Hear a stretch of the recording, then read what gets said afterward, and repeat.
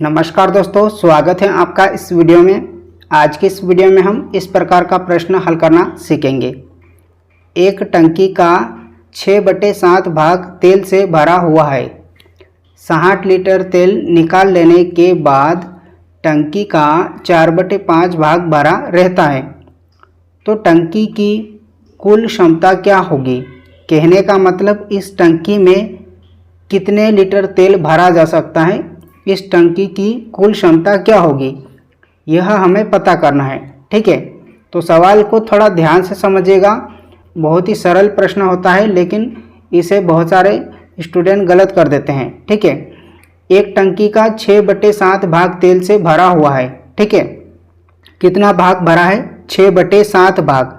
6/7 भाग भरा है, कहने का मतलब लगभग हम मान लेते हैं इतना भाग भरा है। ठीक है, ये पूरी टंकी इतनी यहाँ तक भरी है, और इसमें से और आगे क्या बोल रहा है वो कि 60 लीटर निकाल लेते हैं। ठीक है, 60 लीटर तेल निकाल लेने के बाद इतने भाग भरे में से 60 लीटर तेल निकाल लेते हैं। ठीक है, माइनस कर लेते हैं कितना? 60 लीटर। तो टंकी का 4/5 भाग भरा रहता है। इतना निकाल लेने के बाद इस टंकी में इतना लीटर तेल भरा था, और 60 निकाल लेने के बाद कितना भरा रह जाता है? 4/5 भाग भरा रह जाता है।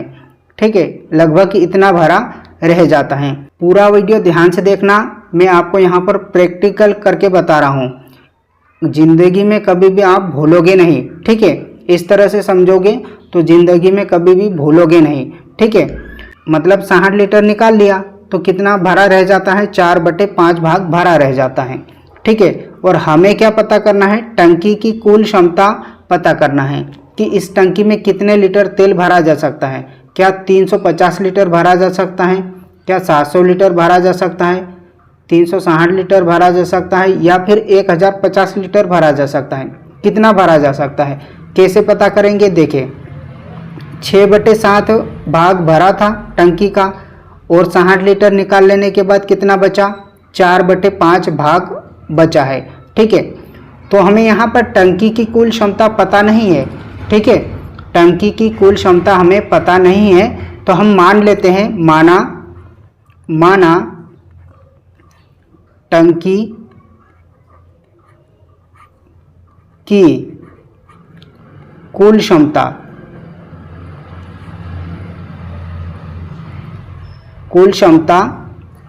मान लेंगे। हम कुल क्षमता ऐसी संख्या मान लेंगे जो 7 से और 5 से कट जाए। ठीक है, आप चाहे 100 भी मान सकते हैं, कुछ भी मान सकते हैं, लेकिन हम सुविधा के लिए ऐसी संख्या मानेंगे जो 7 से और 5 से कट जाए। ठीक है, 7 से और 5 से कट जाए, तो 7 और 5 का गुणज कितना होता है? 7×5 = 35।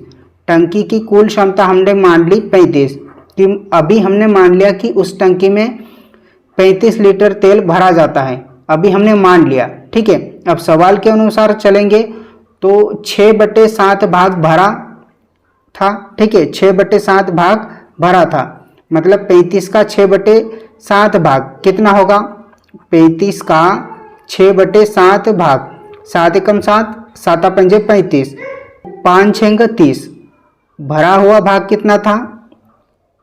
30 भाग भरा था। ठीक है, इसमें से 60 लीटर निकाल लेते हैं। ठीक है, 60 लीटर निकाल लेने के बाद कितना भरा हुआ रह जाता है? 4/5 भरा हुआ रह जाता है, मतलब बचा हुआ भाग रह जाता है। ठीक है, तो 35 का 4/5 भाग, 35 का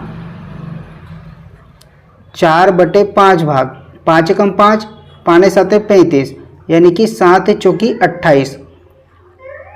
28 ये बचा हुआ रह जाता है। ठीक है, ये बचा हुआ रह गया, और ये पहले भरा हुआ था। ठीक है, इतना भरा हुआ था, इसमें से 60 लीटर निकाल लिए, तो बचा हुआ भाग कितना है? ये 28 है। अब देखें इन दोनों का अंतर, देखिए इन दोनों का अंतर कितना है का है? 2 का है। मतलब 2 का मान हमें दे रखा है। 2 का मान कितना दिया है? 60 लीटर। जो निकाल लेते हैं वही ये 2 का मान है। ठीक है, तो 2 बराबर कितना है? 60 लीटर। तो यहाँ से हम 1 बराबर पता कर लेंगे। 2 बराबर 60, तो 1 बराबर कितना होगा? 1 बराबर 30 लीटर होगा। और हमें कुल क्षमता निकालनी कितनी है, 35 निकालनी है।